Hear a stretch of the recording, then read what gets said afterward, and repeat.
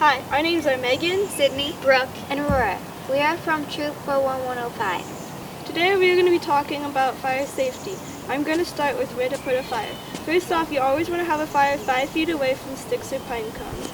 In order to do that, you might have to move debris with your hands or feet. Also, be cautious of trees or hanging limbs too close to the fire area. Before you want to do anything, you want to pull back your hair in any way. You want to do the step first because you do not want your hair to catch on fire. Next, we'll be teaching you how to chop wood the Girl Scout way. The tools you'll be needing is a hatchet, a mallet, and a pocket knife. So first, you want to put your knees shoulder width apart, then you want to place the hatchet on top of the wood. When the person with the hatchet is ready, they will say 1, 2, 3, hit. 1, 2, 3, hit. 1, 2, 3, hit. Once you're done chopping your wood into kindling, you can use it to make small pieces of wood that can be used as fire starter.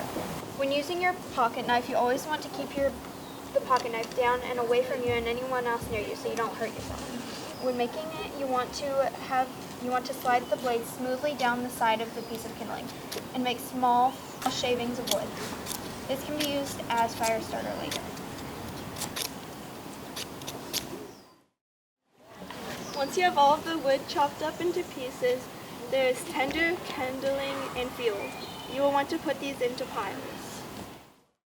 When you're always starting on fixing the fire, you always want to be in 3-point stance. A 3-point stance is you having 3 points of contact with the ground. This 3-point stance is having 2 feet and 1 knee on the ground. This makes you sturdier around the fire. Now let's talk about matches. Matches can be very dangerous if you don't use them properly. When lighting a match, you always want to strike it down and away from you and anyone else near you. You always want to know where you are going to light the structure before you strike your match, because it might burn out before you get the chance to use it. You always want to hold the match with the flame pointing to the sky, so it doesn't burn your hand. Some matches are good and some don't work very well at all. For example, waterproof matches are one of the worst kinds of matches you can get, because they have a coating on the top that makes them harder to light. Stormproof matches, on the other hand, are one of the best kinds you can find. They are more expensive, but they last longer, they can get completely wet, and they won't get blown out by the wind.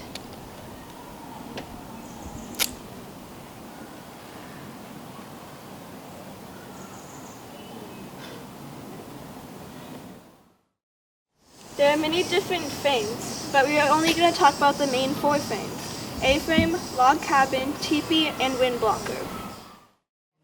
As you can see, we have our tinder, our kindling, and our fuel in 3 separate piles. Now let's start with the teepee. This is a very simple frame that is similar to a bonfire. First, you want to bounce sticks across from each other to make a point at the top.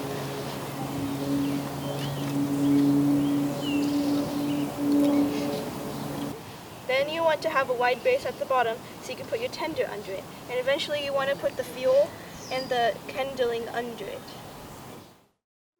The wind blocker is one of the simplest structures, although it is not very well known.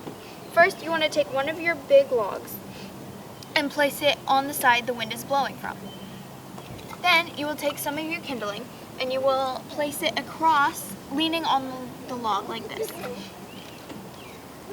After you are done with that, you will want to take some of your tinder and place it under the kindling. So when the flame starts, it will go and catch the kindling on fire. Next, we're going to be talking about the A-frame. First, you will need to have 2 pieces of your kindling in the start of an A-frame. Then you will want to put 1 more piece on top to make a full A. And then you will want to put some tendering in the middle so it can catch onto all these other ones. The last frame we will be talking about is the log cabin. The log cabin is probably one of the most well-known. What you want to do is you want to make a square with 4 pieces of kindling.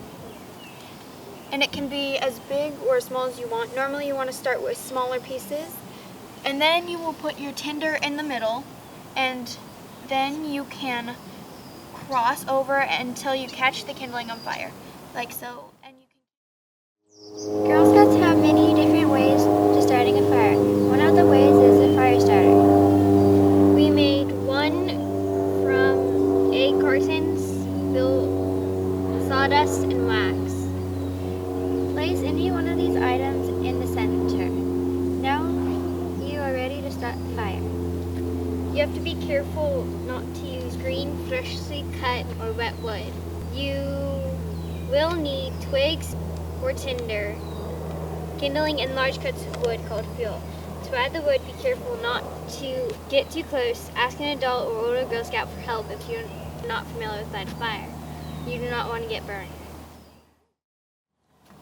Always make sure you have a fire bucket next to the fire. Put a critter stick so that the critters or animals could get out. Now that we've shown you our 4 structures, we're going to transition to our own campsite at a different location. When putting out a fire, you want to make sure the ashes are completely out, or you could start a forest fire or worse. When checking the ashes, normally they will have red pieces on them or orange pieces, and that means they are still burning or hot.